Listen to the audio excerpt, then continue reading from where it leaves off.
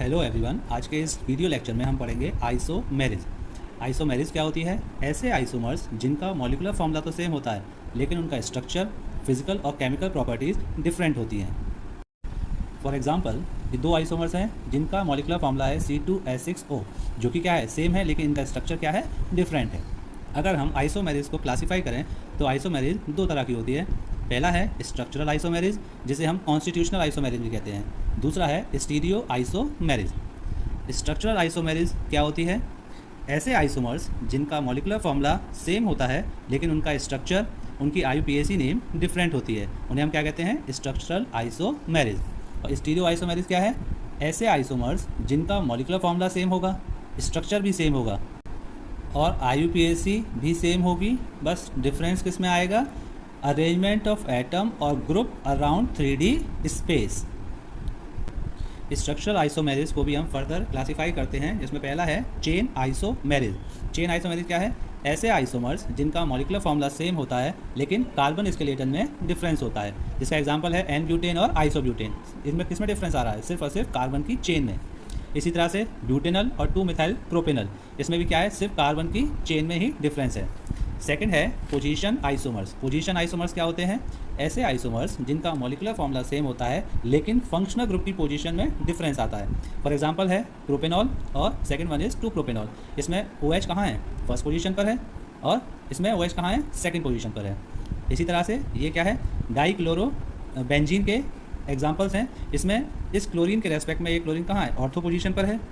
इसमें कहाँ है? मेटा पर है। Third one is functional group isomerism. What is functional group isomerism? ऐसे आइसोमर्स जिनका मॉलिक्यूलर फॉर्मूला तो सेम होगा, बस उसमें डिफरेंस किसका होगा? फंक्शनल ग्रुप का। जैसे फॉर एग्जांपल C2H6O, ये दो मॉलिक्यूल हैं जिनका मॉलिक्यूलर फॉर्मूला तो क्या है? सेम, बस डिफरेंस किसका है? इसमें है OH ग्रुप और इसमें क्या है? Ethereal group. इसी तरह से एल्डिहाइड और कीटोन, एसिड, एस्टर, ये सब क्या शो करते हैं? Functional group isomerism. The fourth one is metamerism. What is metamerism? ऐसे आइसोमर्स मॉलिक्यूलर फॉर्मूला सेम होगा लेकिन distribution of alkyl group either side of functional group क्या होगा? डिफर करेगा। फॉर एग्जांपल, इस दो मॉलिक्यूल में फंक्शनल ग्रुप तो सेम है, बस ऑक्सीजन के अराउंड यहाँ क्या है? 2 इथाइल लगे हुए हैं और यहाँ क्या है? एक मिथाइल है, एक प्रोपाइल है। And the fifth one is tautomerism. ये क्या है? एक स्पेशल टाइप की आइसोमेरिज होती है जिसे हम कीटो इनॉल टॉटोमेरिज भी कहते हैं। इसमें क्या होता है? इंट्रामॉलिक्यूलर H+ ट्रांसफ़र होता है, यानी H+ आयन का ट्रांसफ़र होता है। इंट्रामॉलिक्यूलर का क्या मतलब है? विद इन द मॉलिक्यूल, मतलब मॉलिक्यूल के अंदर ही H+ आयन का ट्रांसफ़र होगा। इसकी कंडीशंस क्या हैं? अल्फ़ा कार्बन sp3 हाइब्रिडाइज होना चाहिए। अल्फ़ा कार्बन कौन सा होगा?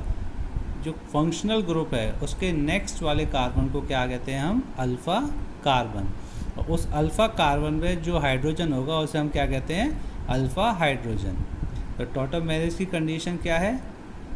अल्फ़ा कार्बन sp3 हाइब्रिडाइज होना चाहिए और उसके पास एक अल्फ़ा हाइड्रोजन ज़रूर होना चाहिए। तो होगा क्या? ये जो H+ है यहाँ पे इलेक्ट्रॉन ट्रांसफ़र करेगा, ये इस तरह से यहाँ इलेक्ट्रॉन जाएंगे और ये H+ आके यहाँ अटैच हो जाएगा। तो ये कीटो फॉर्म किस में कन्वर्ट हो जाएगी? इनॉल फॉर्म में। तो कीटो और इनॉल यहाँ पर क्या है? डायनामिक इक्विलिब्रियम में है, तो इसलिए इसको हम क्या कहते हैं? कीटो इनॉल टॉटोमेरिज भी कहते हैं। यहाँ पर जो इलेक्ट्रॉन का ट्रांसफ़र हो रहा है वो क्या है? 1 2 3, 1 से 3 पर हो रहा है, तो इसको हम और क्या कहते हैं? 1-3 सिस्टम भी कहते हैं। 1-3 सिस्टम में H+ आयन का ट्रांसफ़र। इसी तरह से 1-5 सिस्टम में भी टॉटोमेरिज शो होती है। जैसे ये एक मॉलिक्यूल है, इसमें ये 1, ये 2, ये 3, ये 4 और ये 5। इस 5th पोजीशन से H+ आयन आगे कहाँ अटैच होगा? इस ऑक्सीजन के साथ, और ये किस में कन्वर्ट हो जाएगी? इनॉल फॉर्म में। यहाँ थर्ड पोजीशन से H+ आयन का ट्रांसफ़र क्यों नहीं हुआ, या कह सकते हैं अल्फ़ा कार्बन से हाइड्रोजन का ट्रांसफ़र क्यों नहीं हुआ, क्योंकि ये कार्बन कैसा है, sp2 हाइब्रिडाइज्ड है। और कंडीशन क्या थी टॉटोमेरिस की, कार्बन sp3 हाइब्रिडाइज होना चाहिए। इसी तरह से एक और एग्जांपल है, यहाँ 1 2 3 4 5, यहाँ से ये H आएगा यहाँ पर और क्या बन रहा है, ये फिनॉल। तो ये भी क्या है, टॉटोमेरिल शो करेंगे। इसी तरह से ये साइनाइड है, हाइड्रोजन साइनाइड, और ये क्या है, आइसोसाइनाइड। ये H+ आयन कहाँ आके अटैच हो गया, नाइट्रोजन के साथ। ओके, तो ये कुछ एग्जांपल्स हैं इसके टॉटोमेरिल्स के।